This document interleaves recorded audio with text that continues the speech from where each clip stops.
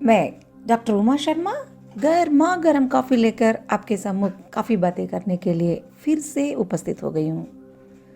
पूरे हफ्ते काम करने के बाद आने वाला वीकेंड एक नया जोश हमारे अंदर भर देता है।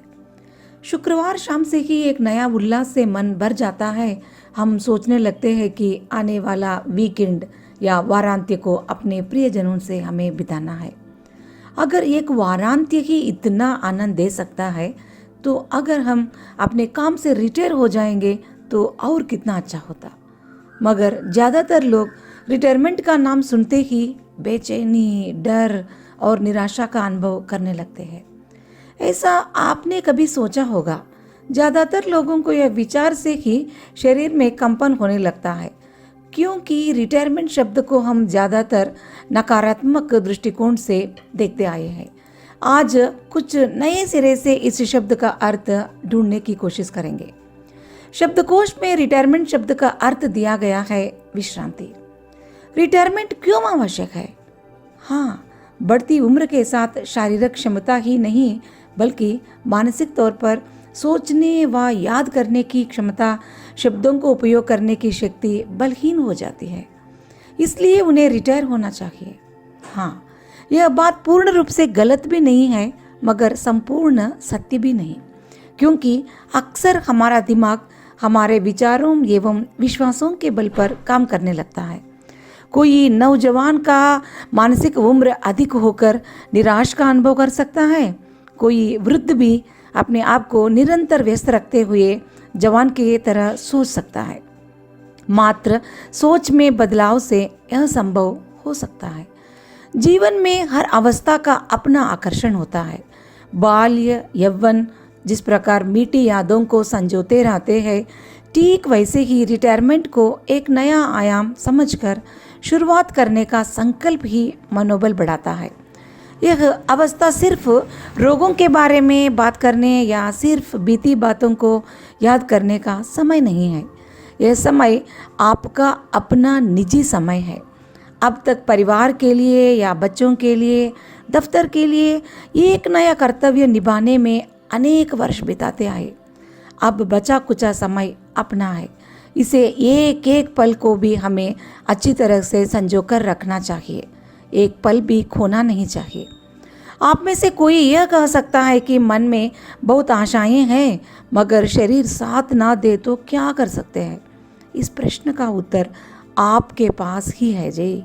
जो काम आप बचपन से ही करना चाहते आए, उन छोटे मोटे कामों का टू डू लिस्ट बनाइए जनाब। ये के करते हुए टिक मार्क लगाते जाइए। इस कल्पना से ही एक नया उत्साह आपके रगों में दौड़ने लगेगा कि रिटायर लाइफ को सही दिशा मैं दे रहा हूँ। जीवन का उत्साह नया काम करते समय दुगना होता है। ऐसे छोटे मोटे नए काम करना शुरू कीजिए कि कौन आपसे कह सकता है कि आप रिटायर हो गए हैं। जीवन का दूसरा चरण ऐसा होना चाहिए कि हमारा अनुभव व कमाए पैसों का उपयोग हम खुद अनुभव कर सके और दूसरों की सहायता में आ सके। इससे ज़्यादा खुशी की बात कुछ नहीं होती कि अपने परिवार के साथ होते हुए, पोते और पोतियों के साथ खेलते हुए भी आप अपना एक अलग संसार का निर्माण करके और उसको भोगने का एक डिज़ाइन भी आप कर रहे हैं। तो वृद्धाप्य की परिभाषा ही ऐसे समय में बदल जाएगी। अगर शरीर सहयोग देता है तो घूमिए जनाब, जहाँ जाने के लिए बरसों से आप सपने संजोए बैठे थे। हाँ, शारीरिक रिटायरमेंट से ज़्यादा मानसिक रिटायरमेंट ज़्यादा खतरनाक है। आप तनिक सोचिए, पहली बार शाला जाते समय मन में जो उल्लास था, शाला से कॉलेज जाने वाले समय में जिस प्रकार मन दौड़ रहा था, क्योंकि कॉलेज लाइफ का आकर्षण ही अलग था। कॉलेज जीवन की मधुरता ना खत्म होने से पहले ही आप नौकरी करना भी शुरू कर दिया, क्योंकि नयापन में एक ऐसा जादू होता है कि मन उस ओर ज़्यादा खींचता है। जीवन में हर अवस्था में नयापन का आस्वादन करने वाला मनुष्य पहली बार रिटायरमेंट का नाम सुनते ही स्तब्ध हो जाता है। दरअसल हम क्रिकेट मैच का सेकंड इनिंग्स को रोचकता से देखते हैं। तो रिटायरमेंट जीवन का एक ऐसा दूसरा इनिंग्स है जो जीवन रूपी खेल को पूर्णता प्रदान करता है। हमें मानसिक ऊर्जा ऐसे भरना होगा कि रिटायरमेंट लाइफ भी एक ऐसा ट्रांजिशन है जो जीवन को एक नया मोड़ देता है। पुराने दोस्त, परिवार, अपनी मनपसंदी कार्यों से युक्त जीवन का ऐसा रिटायरमेंट जीवन का डिज़ाइन कीजिए कि देखने वाले चकित रह जाए। बस मन में गलती से भी यह विचार न आने दीजिए कि आपका उम्र हो गया है। मगर यह रिटायर्ड लाइफ का अनुभव मात्र पुरुषों के साथ लागू नहीं होता, स्त्रियों के साथ भी लागू होना चाहिए। जबकि वे नौकरी करें या गृहिणी भी क्यों न हो, उसे भी अपना रिटायर्ड लाइफ का आस्वादन करने का हक होता है।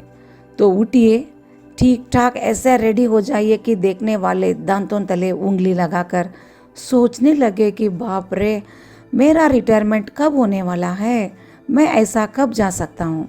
तो ये तो ठीक होगा। तो आप किस प्रकार सोचेंगे? तो शुरू कीजिए।